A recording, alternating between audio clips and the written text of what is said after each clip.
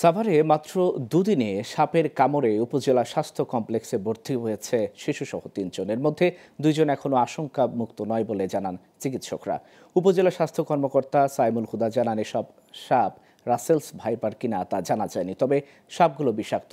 জানা গেছে, আড়াপাড়া জমিদার বাড়িতে রোববার সন্ধ্যায় কাজ করার সময় সাপের কামড়ে জ্ঞান হারিয়ে ফেলেন বাসুদেব নামে এক ব্যক্তি। আর ফুলবাড়িয়ায় নিজ বাড়িতে সাপ কামড় দেয় রবিউল ইসলামকে।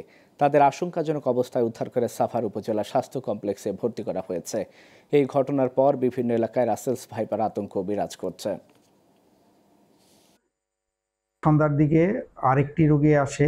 এই সময় তার তীব্র যন্ত্রণা হয়, হাতে দেখে রক্ত ঝরছে এবং সে দৌড়ে গিয়ে একটি জায়গায় বসে পড়ে। তার বমিটিং হয়, মুখ দিয়ে ফেনা বের হয়। আমি, আমার মেডিকেল অফিসার এবং অ্যানেস্থেশিয়া কনসালটেন্ট আমরা ৩ জনই হাসপাতালে রাত ৮টার দিকে চলে আসি এবং এসে আমরা তাৎক্ষণিক তাকে সাইন সিম্পটম দেখি যে এটা ভেনোমাস ছিল, বিষধর সাপের কামড় ছিল।